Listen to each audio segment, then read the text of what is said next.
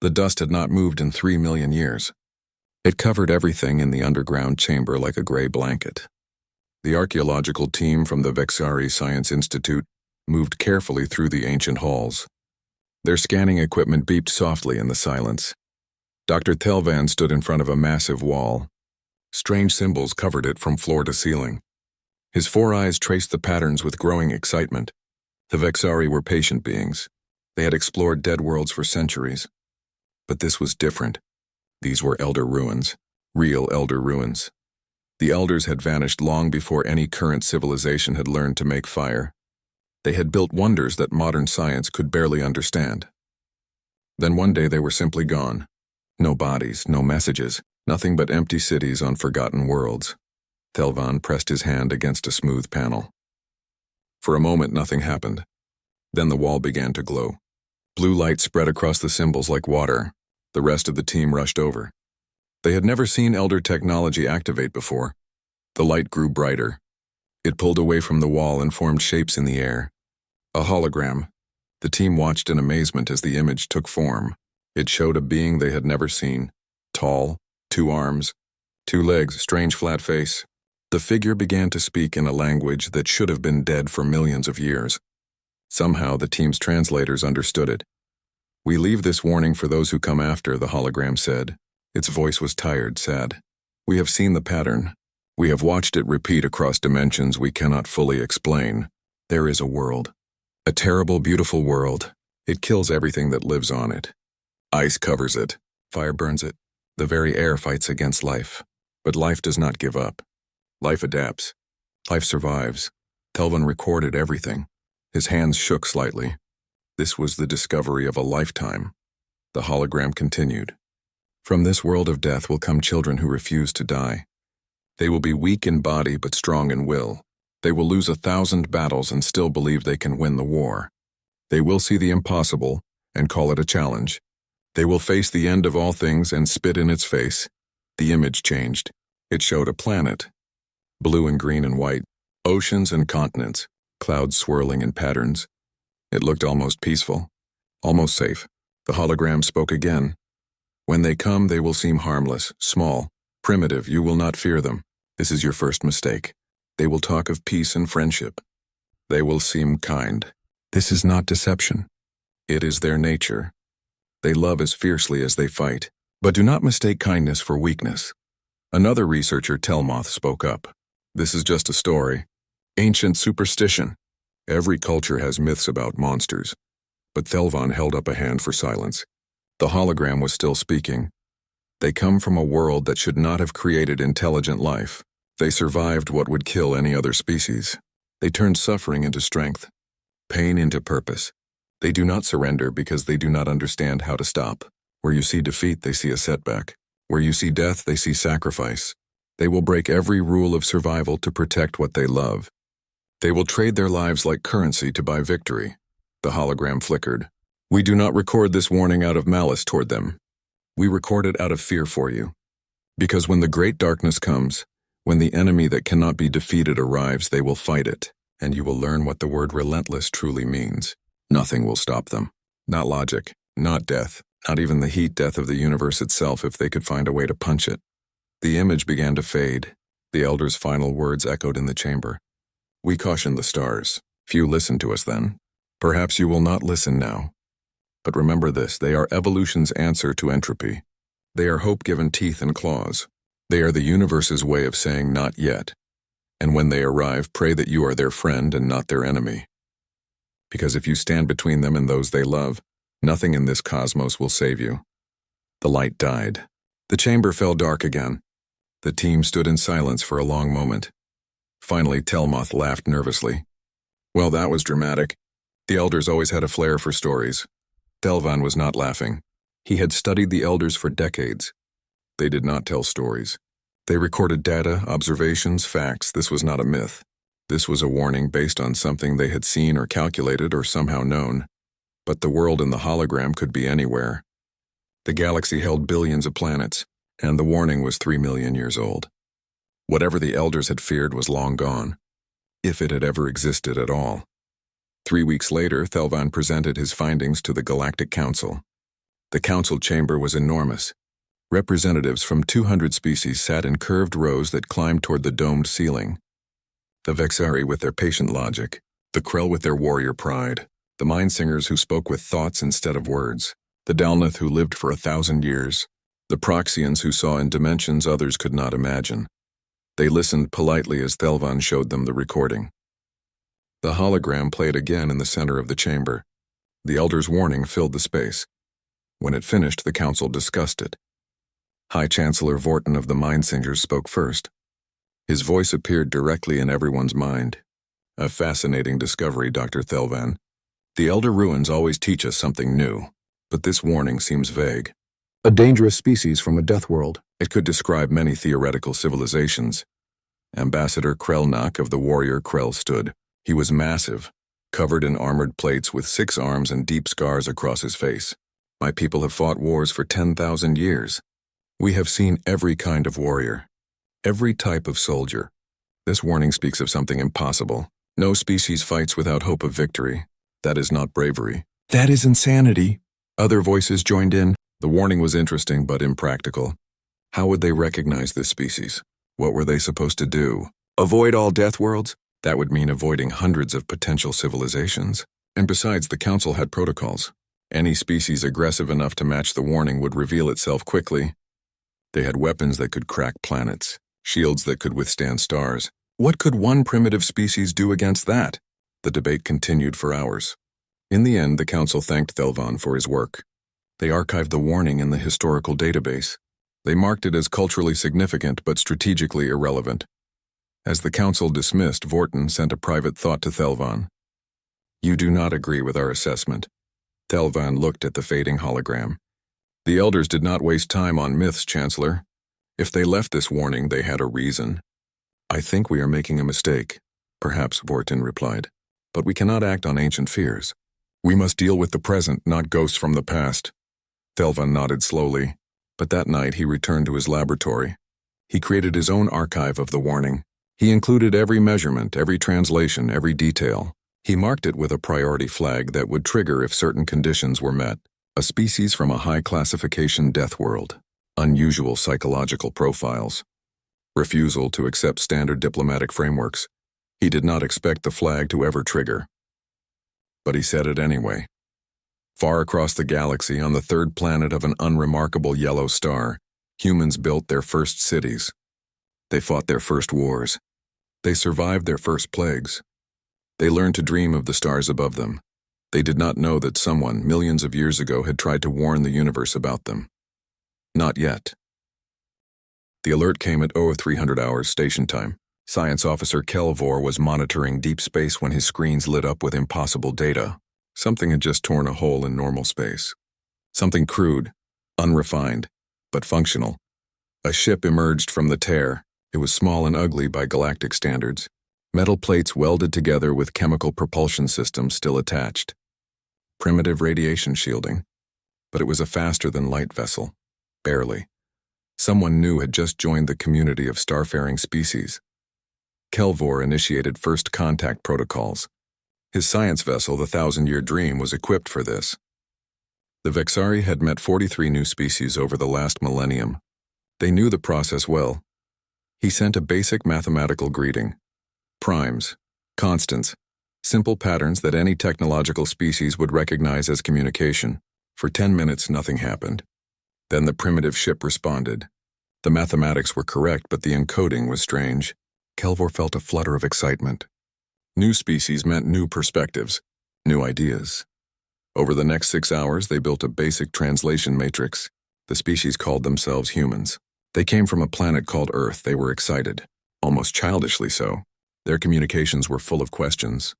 How long had the Vexari been traveling the stars? How many other species were there?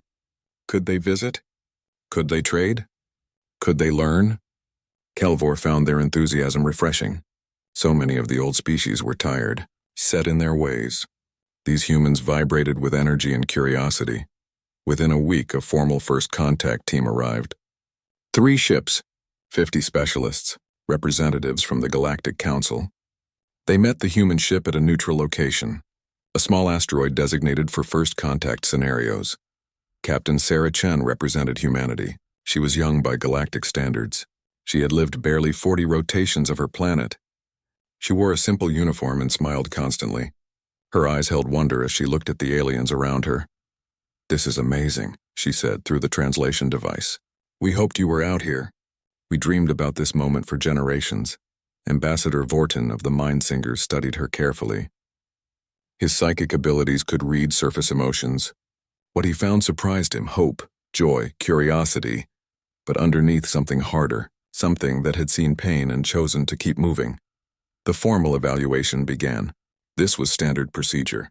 The Council needed to understand new species before granting them access to galactic civilization. Teams examined human biology, psychology, culture, and technology. The biology report came back first. Dr. Telmoth led that team.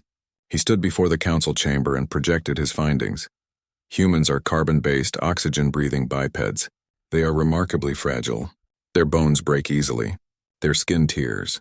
They cannot survive temperatures that would be comfortable for most species. They require constant food and water. They die in vacuum within seconds. They are poisoned by hundreds of common compounds. Their lifespan is absurdly short by our standards. Then how did they achieve spaceflight? Someone asked. That brings me to the concerning part, Telmoth continued. They come from what we classify as a Class 12 death world, the highest danger rating in our system. Murmurs spread through the council. Class 12 worlds were rare. They were planets that actively tried to kill anything living on them. Telmoth brought up images of Earth. Their planet undergoes extreme climate cycles, massive ice ages that cover continents, volcanic eruptions that block out the sun for years, earthquakes that reshape the surface, storms with winds that can tear apart structures. And that is just the geology. More images appeared. The biology is worse. Their planet evolved megapredators, animals that existed only to kill and eat other animals. Some of these predators massed 20 times what a human masses. They had teeth the length of a human arm, and humans survived by being smarter, faster in their thinking if not their bodies, and more adaptable. They also survived each other, Telmoth added quietly. They have a history of warfare that would disturb most species. They fought with stones, with bronze, with iron, with chemicals, with nuclear weapons. They came within moments of destroying themselves multiple times. But they always pulled back at the last second. They learned. They adapted. They survived. The psychology report was even more concerning. Dr. Minval, a specialist in cognitive patterns, presented her findings. Humans do not have a proper surrender instinct, she said.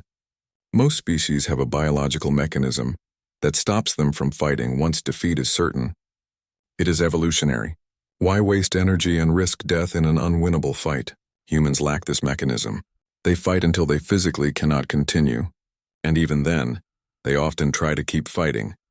She brought up examples from human history, last stands, desperate defenses, battles where humans had been outnumbered 10-1 and still refused to surrender. Stories of individual humans fighting until their bodies gave out completely. They also exhibit something they call hope, Minval continued. It is irrational optimism that things will improve despite evidence to the contrary. It should be a maladaptive trait. It should have been selected out by evolution. Instead, it became their primary survival mechanism. They believe they can win even when mathematics says they cannot, and sometimes impossibly they do. Furthermore, she added, they pack bond with anything. Other humans, obviously, but also animals. Plants, robots, inanimate objects.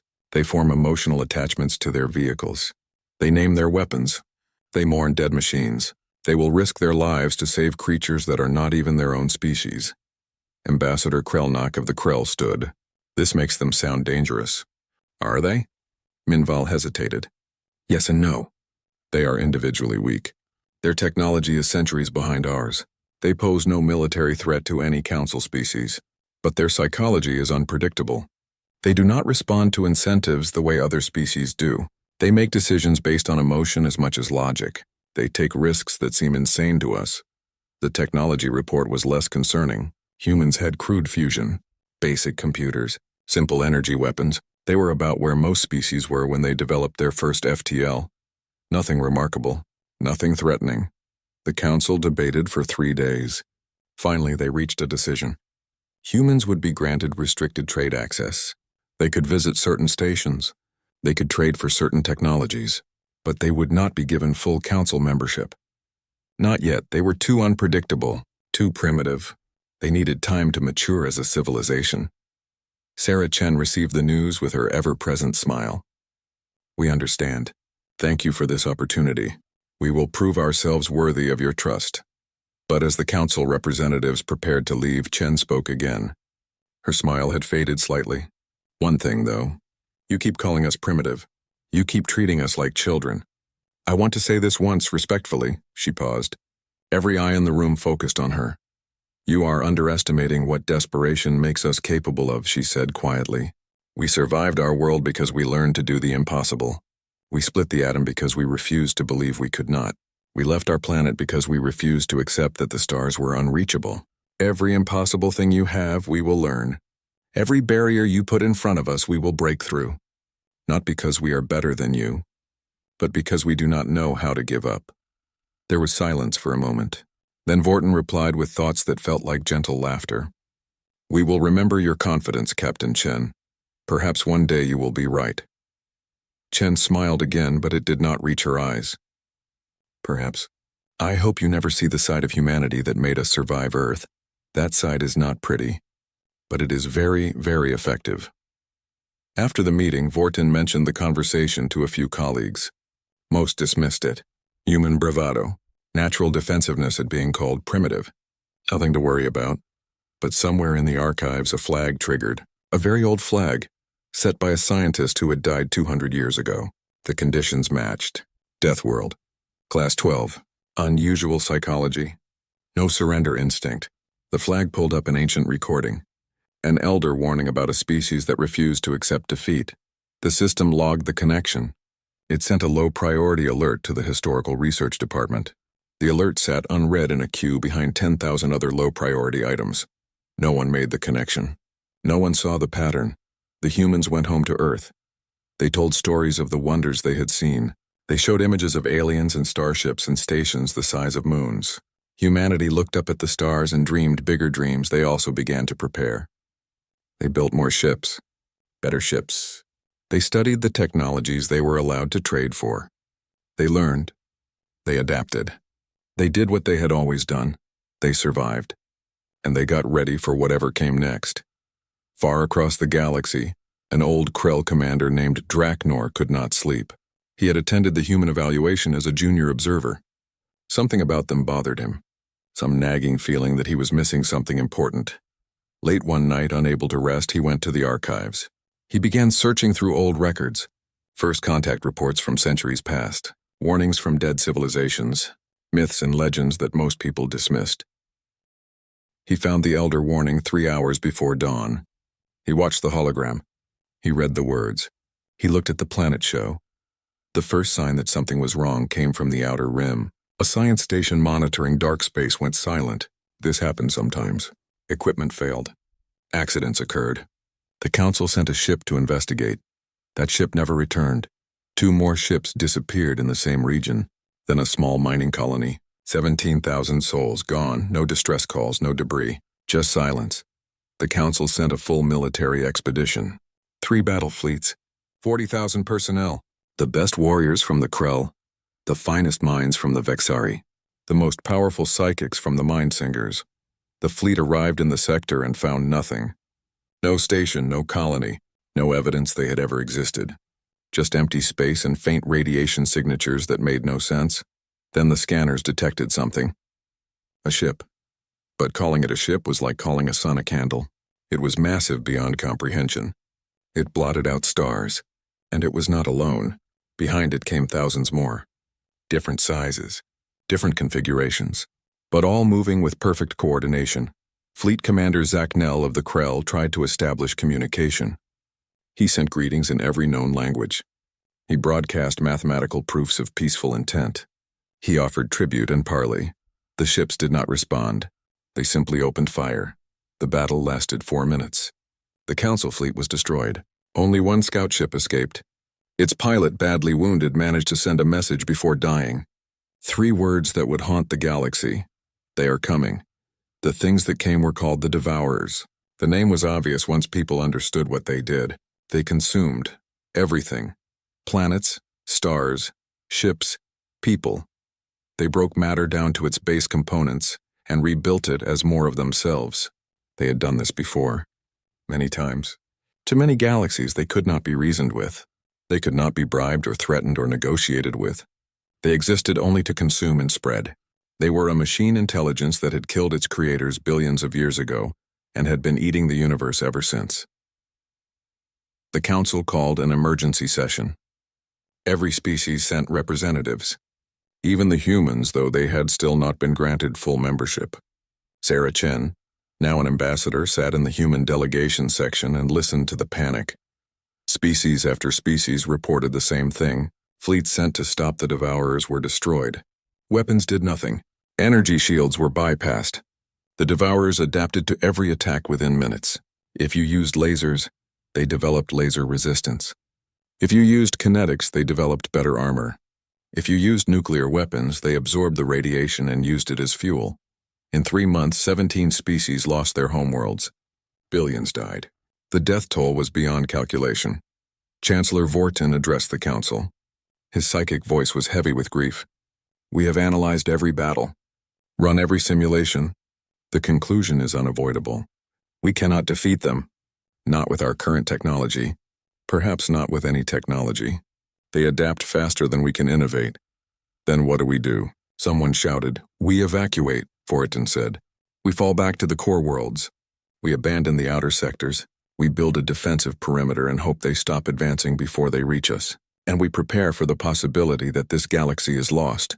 The chamber erupted. Species that had never raised their voices were screaming. The Krell warriors were demanding impossible last stands.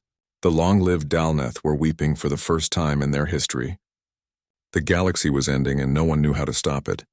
Chen stood. Her voice was quiet, but somehow it cut through the noise.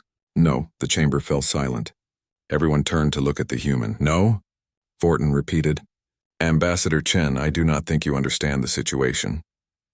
I understand perfectly, Chen said. You are giving up. You are running. You are abandoning billions of people because a computer told you the math does not work. It is not just a computer, Telmoth said.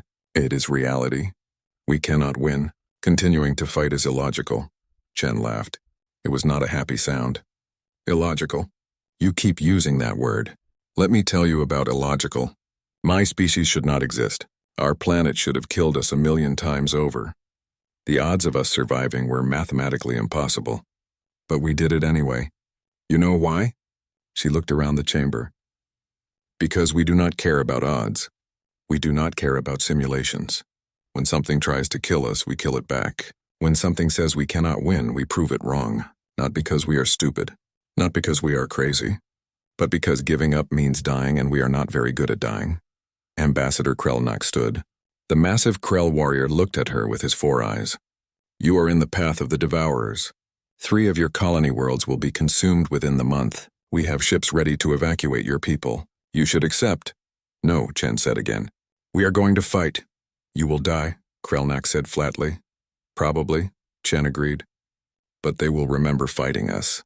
And maybe we will learn something. Maybe we will find a weakness.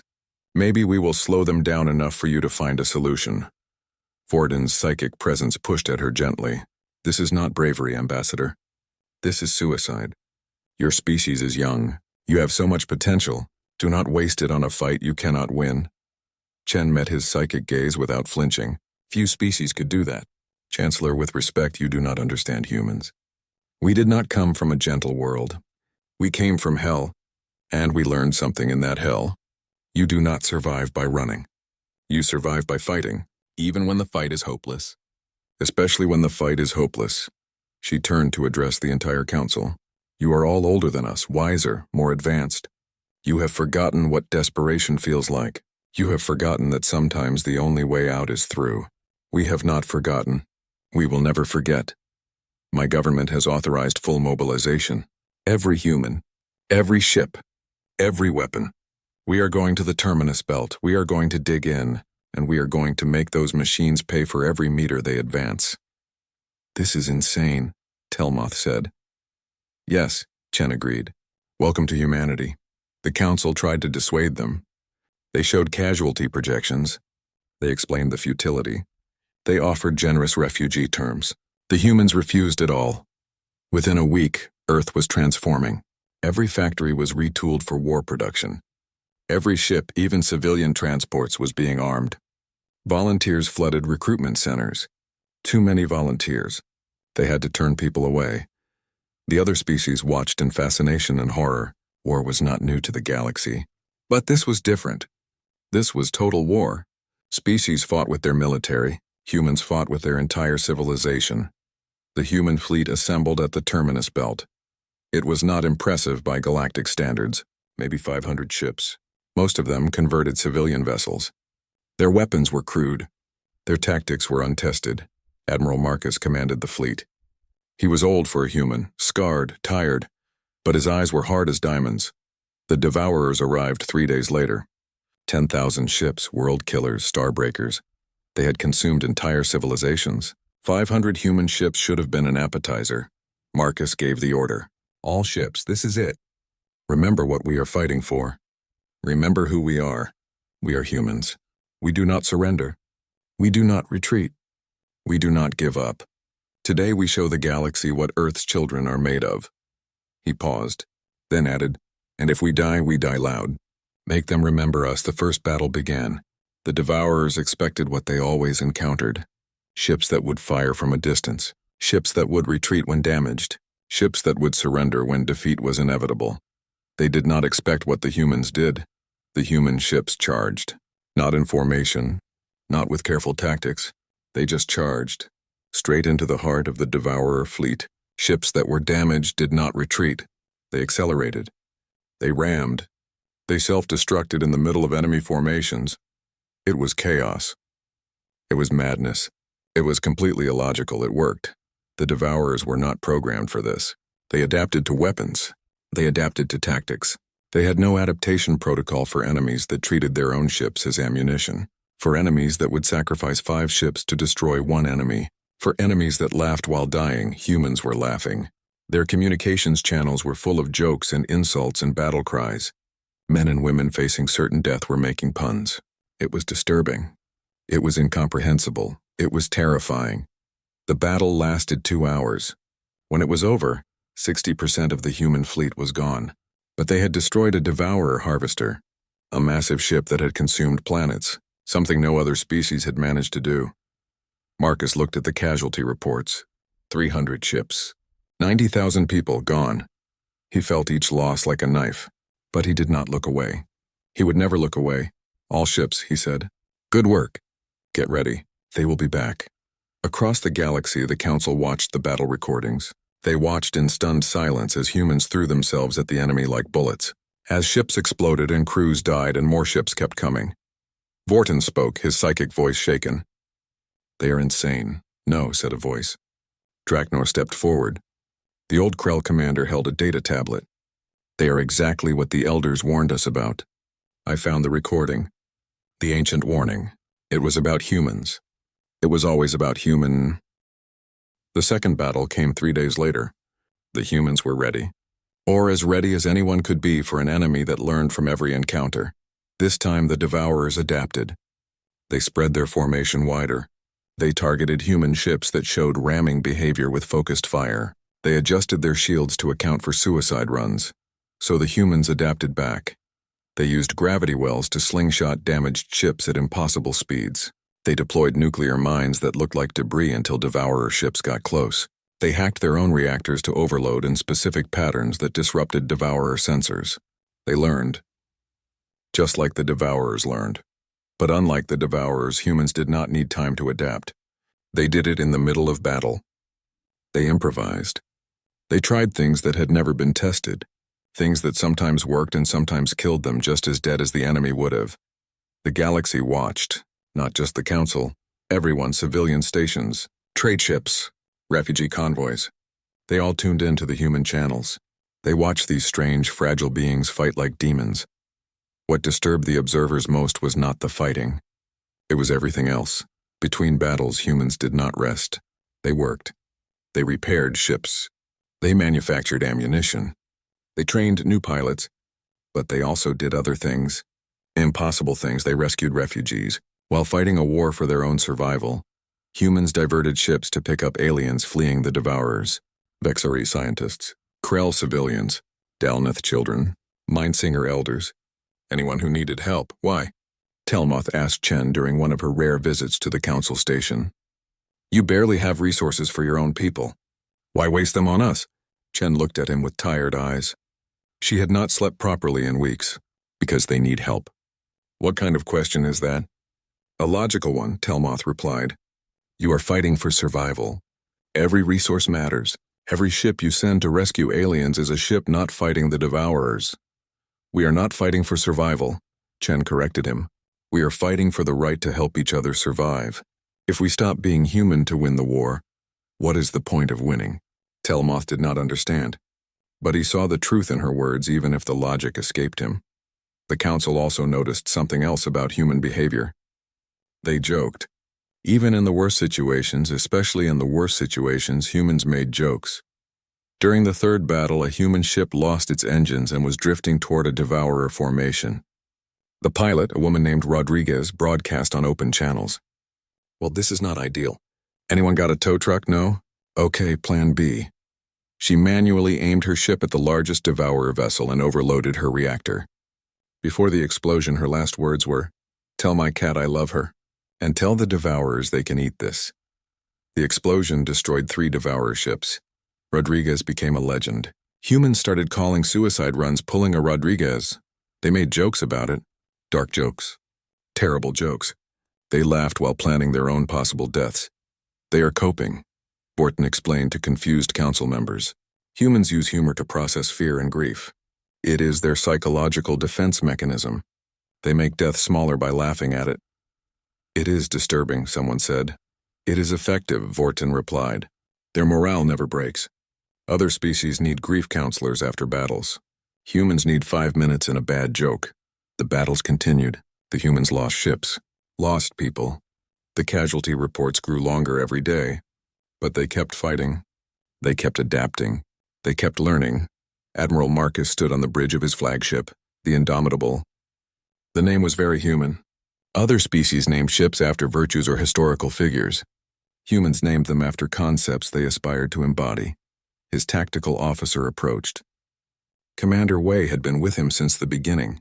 Sir, intelligence has identified a pattern in Devourer movements. They are repositioning for a major push. Our analysts estimate they will hit us with everything they have within 48 hours. Marcus nodded slowly. How many ships do we have left? 147 combat-capable vessels. Maybe 60 more that can fight if we ignore safety protocols. Less than half of what they started with. The math was clear. They could not win. They could only delay. Assemble the fleet commanders, Marcus said. We need to discuss something. An hour later, the senior officers gathered via hologram. They looked as tired as Marcus felt, but none of them suggested retreat. I am going to be honest with you, Marcus said. We cannot stop them. Not conventionally. But our scientists have been working on something. They call it the Prometheus Protocol.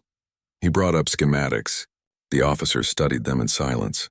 Then one of them, Captain Zhao, spoke. Sir, this is insane. The energy requirements alone would kill everyone within 3 light years. Including us. Yes, Marcus agreed. And you want to deploy it? Zhao asked. I want to discuss it, Marcus said. The protocol works by weaponizing stellar phenomena. We would deliberately destabilize stars in the Devourer path, create radiation storms they cannot cross, force them to go around or stop advancing entirely. But that means sacrificing our colonies in the blast zones, another officer said. New Terra, Port Hope, Olympus Station. Millions of our people. I know, Marcus said quietly. That is why I am bringing it to you. This is not my decision alone. This is all of our decision. The officers discussed it, argued. Some said it was the only option. Some said they could not condemn their own people. Some cried. Some raged. Finally, Wei spoke. If we do not do this, the Devourers will kill them anyway. At least this way, their deaths mean something. They buy time for Earth, for the core colonies, for everyone we are protecting. We would need volunteers, Zhao said. People to stay behind and make sure the protocol executes properly. People to guide evacuation ships. People to hold the line while others escape. There will be volunteers, Marcus said with certainty. There are always volunteers. That is the problem. Too many people will want to stay. He was right. When they announced the Prometheus Protocol, the response was overwhelming. Tens of thousands of people volunteered to remain in the sacrifice zones, military, civilian, old and young. They knew what it meant. They volunteered anyway. The council learned about the protocol through intercepted communications. They called an emergency session. Chen was summoned. Fortin confronted her as soon as she arrived.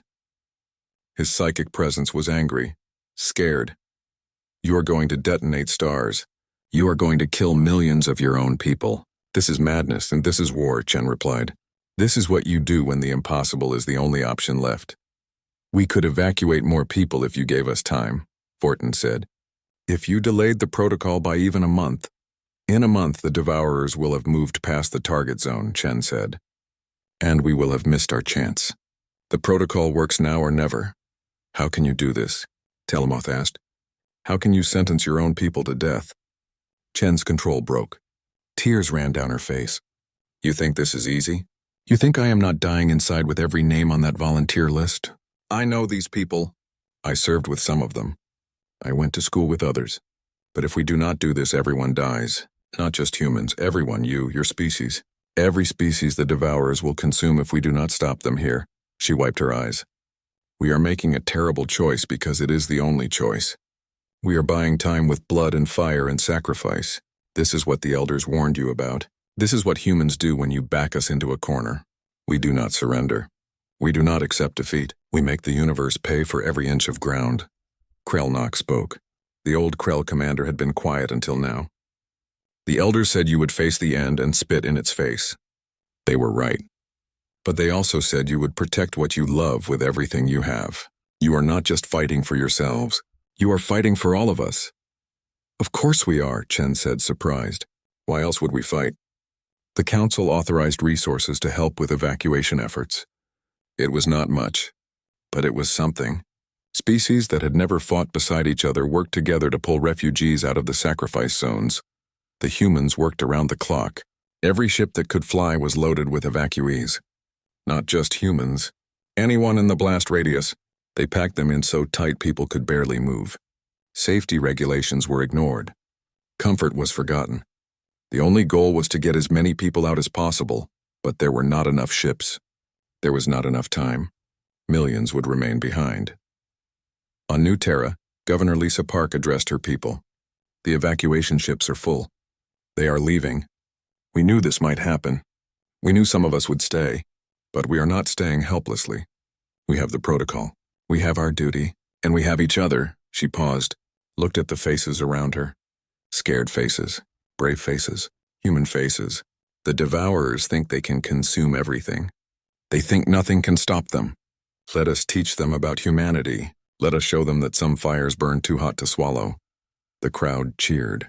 They were facing death. They cheered anyway, because that was what humans did. Across 3 systems, similar scenes played out.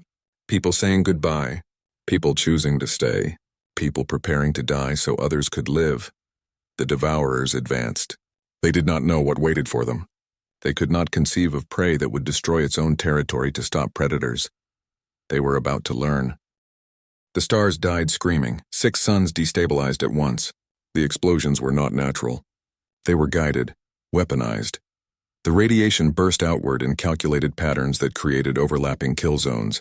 Space itself seemed to burn. The Devourer fleet was caught in the middle of it. Their shields, which had resisted every weapon the galaxy possessed, were overwhelmed. Their adaptation protocols could not keep up with stellar fire. Ships that had consumed planets melted like wax. Their machine intelligence tried to calculate an escape. There was none. In 4 hours, the Devourer advance force was destroyed completely. 10,000 ships. The largest concentration of their forces the galaxy had seen. Gone, the cost was equally complete.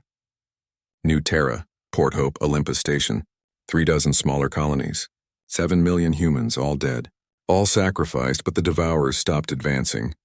For the first time since they arrived in the galaxy, they stopped. The radiation barrier stretched across 40 light years. It would take them decades to find a way around. Or they could retreat, find easier prey elsewhere. The galaxy held its breath. 3 days later, long-range sensors detected something. The Devourer fleet was moving. Not around the barrier. Not through it. Away, they were leaving. Abandoning the galaxy. The Council could not believe it. Vortin checked the data himself. Checked it again. They are retreating. The Devourers are actually retreating. They are conserving resources, Telmoth said, reading the analysis. They calculate that consuming this galaxy costs more than it benefits them. The humans made it too expensive. Too expensive. 7 million human lives had made the Devourers decide it was not worth continuing. It was a terrible price. But it worked. Draknor stood before the Council with the Elder warning displayed behind him. I need to share something. The full prophecy, the part we did not hear before. He activated the hologram. The Elder appeared, but this time, the recording continued past where it had ended before. They will emerge from a world of endless death, the Elder said. And they will be its survivors. Where others see defeat, they see possibility. Where others accept the end, they write new beginnings. They are evolution's answer to entropy itself. The hologram flickered. We do not record this out of fear of them. We record this out of fear for them. Because they will pay prices that would break other species. They will sacrifice more than seems sane. They will lose more than seems survivable. And they will do it willingly, because that is who they are. The Elder's face changed, became sad. They cannot be conquered because they do not understand the concept. Every defeat is temporary. Every loss is a lesson. Every ending is just a new beginning. They are hope weaponized. They are the universe's answer to the question, what happens when life refuses to die? The image began to fade. When you meet them, and you will meet them, remember this. They are your last line of defense against the darkness. They are the ones who will fight when everyone else has given up. But they will pay for it in blood and tears and sacrifice. The Elder's final words were whisper-soft. Be worthy of their sacrifice. Be worth what they will give up to protect you. The hologram died. The Council sat in stunned silence. Vortin spoke, his psychic voice heavy with emotion. We were not worthy. They fought, they died. They saved us. And we called them primitive. We need to do something, Krelnak said. We need to help them rebuild. We owe them everything. The motion passed unanimously. Every species contributed. Ships, resources, technology, construction crews, medical aid, everything they could spare and more than they thought they could afford. But it was not enough. It would never be enough. 7 million people could not be brought back. On Earth, humanity mourned. The entire planet went silent for one day. No work, no commerce, no noise, just silence and memory. They listed every name. All 7 million. It took 48 hours to read them all. People stood and listened to every single one. Sarah Chen, now promoted to general, attended the memorial service at Arlington. She was older, grayer. The war had aged her decades and months. She stood before the Wall of Stars, a memorial built for those who died in the protocol. 7 million names, carved in stone. Each one someone's child, someone's parent, someone's friend. Each one a person who volunteered, who chose to stay. Who gave everything? Chen touched the wall. Her fingers traced a name she recognized. Commander Rodriguez, the woman who started it all. Who showed everyone that death could be a weapon if you aimed it right. Was it worth it? Someone asked behind her. Chen turned. It was Admiral Marcus. He looked as tired as she felt. They had both led fleets, both given orders that killed their own people, both carried the weight of those decisions. I do not know, Chen admitted. We saved the galaxy. But the cost, she gestured at the wall. Sometimes I think we paid too much. They did not think so, Marcus said quietly. Every one of them volunteered. They knew the price. They paid it willingly. That makes it harder, not easier, Chen said. They trusted us to make it mean something. How do we do that? How do we make 7 million deaths worth it? Marcus had no answer. Neither did she. The Galactic Council formally invited humanity to full membership. It came with an official apology, an acknowledgement of how wrong they had been, how they had underestimated humanity, how humans had saved them all. Chen accepted on behalf of Earth. She stood in the council chamber. The same chamber where she had been dismissed as primitive, where she had warned them about underestimating desperation. We accept your membership offer, she said, not because we need the recognition, but because we need allies. We need friends, We need to make sure this never happens again. That no species ever faces extinction alone. She looked around the chamber. The devourers will come back. Maybe not here. Maybe not in our lifetimes. But they will find another galaxy. Other species. We need to be ready. We need to share what we learned. We need to teach others how to fight the impossible. You want to weaponize hope, Fortin said. It was not a question. I want to make sure no one else has to pay what we paid, Chen corrected. The elders were right about us. We do not surrender. We do not give up. We fight until we win or until we die. But we should not have to do it alone. The council agreed. A new defense initiative was created. Joint training, shared technology, combined fleets. Humanity taught other species their tactics. Not the suicidal ones, the adaptable ones, the creative ones, the ones that turned weakness into strength. And slowly, the galaxy changed. Species that had not fought together for millennia began to cooperate. The memory of the devourers and the human sacrifice forced old enemies to become new allies. Years passed. Earth rebuilt. The colonies were resettled. Life continued. But something had changed. Humanity was no longer dismissed. When humans spoke, people listened. When humans warned of danger, people prepared. When humans said something was impossible, people knew that just meant it would be difficult. Chen retired eventually. She was old by human standards, ancient by the standards of the galaxy. She lived to see the first generation born after the war grow up. They called themselves the Phoenix generation. Born from ashes, rising from sacrifice. One day, a young human cadet asked her the question everyone wondered. General, do you think the elders knew we would win? Chen considered this. She thought about the prophecy, about the warnings, about everything that had happened. I do not think they knew if we would win. I think they knew we would try. And maybe that is the same thing. Maybe trying is how you turn losing into winning. She smiled. It was tired but genuine. The elders said we were hope weaponized. They were right. But hope is not about believing you will win. Hope is about fighting anyway, about refusing to let the darkness take everything, about making the universe remember that some species will not go quietly. The cadet nodded, trying to understand. The elders cautioned the stars. Chen continued. They warned that something was coming, something that would not accept defeat. They were talking about us, but they were also talking about what we represent. The idea that extinction is not inevitable, that the end can be fought, that nothing is truly unstoppable if you are willing to pay the price to stop it. She looked out at Earth, visible through the viewport, beautiful, scarred, surviving. We paid the price, 7 million souls, but we proved the elders right. We proved that some species can resist anything, even the end of everything. And maybe, just maybe, we showed the universe that hope is not naive. It is the most powerful weapon that exists. Across the galaxy, the wall of stars was replicated on every major world. 7 million names, each one a reminder, each one a promise. This will not happen again. We will be ready. We will be worthy. The devourers did not return. Perhaps they remembered humanity. Perhaps they found easier prey. Perhaps they were destroyed by another species they underestimated. No one knew. No one cared. They were gone, and that was enough. But the elders' warning remained. Not as a threat, as a truth. There are species that cannot be broken, that will fight the darkness with everything they have, that will sacrifice the unimaginable to protect what they love.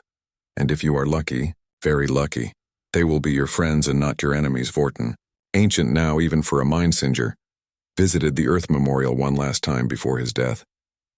He stood before the wall. 7 million names, 7 million lessons. 7 million!